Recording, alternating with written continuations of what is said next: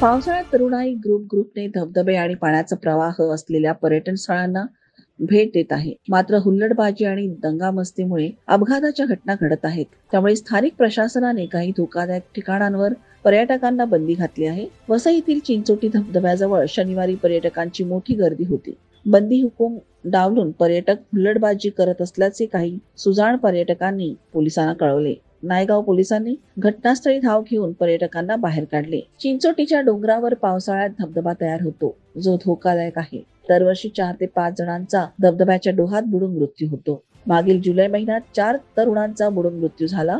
त्यामुळे पालघर जिल्हाधिकारी आणि पोलीस आयुक्तांनी येथे मनाई हुकूम काढून बंदी घातली. नायगाव पोलीस ठाण्याचे सहाय्यक पोलीस निरीक्षक बाळाराम पालकर यांनी पर्यटकांना येथे न येण्याचे आवाहन केले आहे.